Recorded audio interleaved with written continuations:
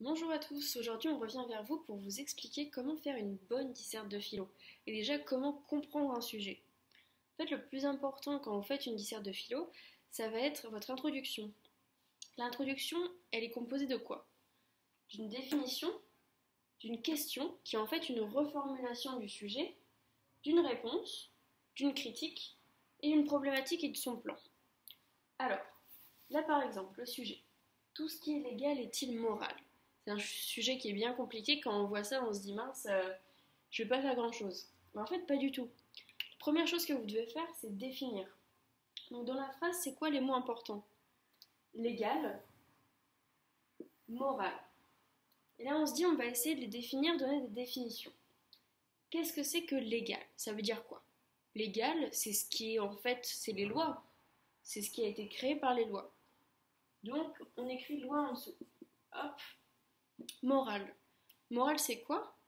Moral, en fait, c'est quelque chose qui est moral, c'est quelque chose qui est bien. Donc, c'est quelque chose qui est juste. Donc, on met juste par ici. La première étape de l'introduction, ça va être de dire, tout d'abord, nous allons définir nos points. Légal peut s'apparenter aux lois, tandis que moral reflète de ce qui est juste. À partir de ça, on va reformuler notre question du départ. Donc, on a loi, on a et, on a juste. Les lois sont-elles justes?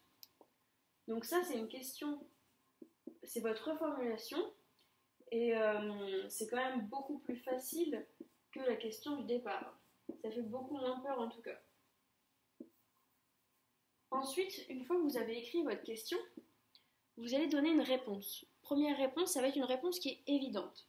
Pour vous, oui, les lois sont justes parce qu'elles ont été créées pour ça. Première réponse, ça va être oui, et vous allez expliquer. Premièrement, on peut se dire que les lois sont justes parce que le gouvernement les crée justement pour l'harmonie commune. Deuxième réponse, on va dire oui, mais il y a un problème, c'est que parfois, il y a des lois qui sont pas très justes. Donc vous allez commencer à expliquer un petit peu. Et vous allez donner votre problématique. La problématique, ça va être quoi? Ça va être en fait la somme de votre réponse et de votre critique. Ça va être par exemple, les lois sont justes parce qu'elles ont été créées pour cela. Cependant, on peut penser que certaines lois sont injustes ou ne sont pas morales. Et vous allez donner votre plan. Tout d'abord, nous allons parler de la justice et de la loi. Ensuite, nous exposerons les différents cas où la loi n'est pas juste. Alors l'introduction c'est fini, maintenant on passe au développement. Donc vous avez votre question, les lois sont-elles justes? Alors ça va être quoi votre grand 1? On l'a déjà dit, votre grand 1 c'est les lois sont justes. Donc vous l'écrivez. Deuxième, ça va être quoi votre grand 2? Votre grand 2, ça va être les lois finalement sont injustes. Donc vous écrivez votre grand 2. Ça va être vos deux parties les plus importantes, c'est les deux parties qui sont demandées en fait.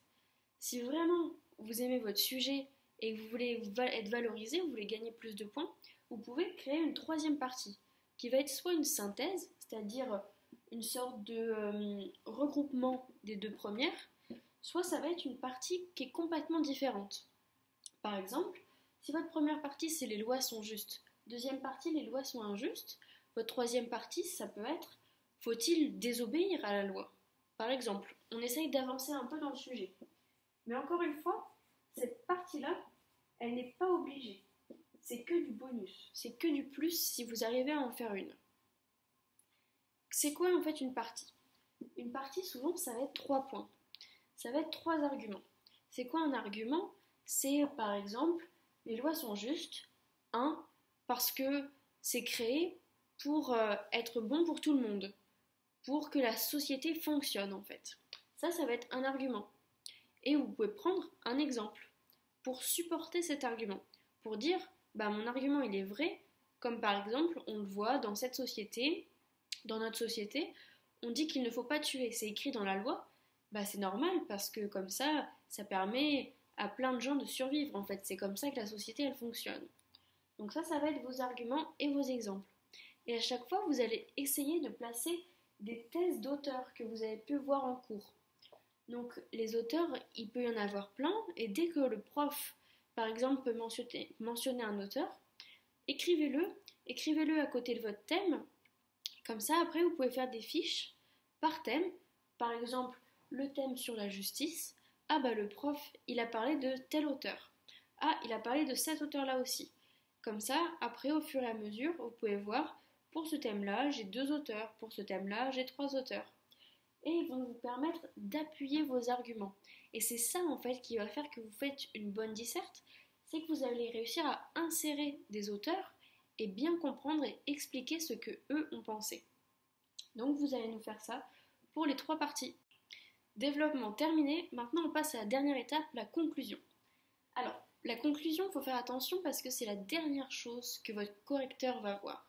C'est la dernière chose dont il va se souvenir, c'est la dernière chose qu'il va se souvenir de vous. Donc c'est super important, vraiment. Pour faire une bonne conclusion, il faut que ça soit une conclusion structurée. On structure la conclusion en 3 points. Le premier, c'est le rappel de la problématique. Du coup, vous allez dire, il s'agissait donc de savoir pourquoi, alors que les lois sont faites pour être justes, il existe cependant des injustices dans les textes de loi. Ensuite, on rappelle les parties. Nous avons d'abord vu que les lois sont justes parce que, etc. Puis, nous avons vu qu'il existait des lois injustes. Enfin, nous nous demandons, faut-il dépasser les lois? Faut-il désobéir aux lois? Et vous étoffez un petit peu, vous expliquez en 2-3 phrases ce que vous avez expliqué dans tout votre développement. Et enfin, troisième, c'est la réponse à la question, la réponse au sujet. Donc votre sujet c'était quoi? Tout ce qui est légal est-il moral? Et bien grâce à tout ce que vous avez fait au développement, vous allez pouvoir répondre en quelques lignes à cette question. Maintenant, je vous souhaite un bon courage.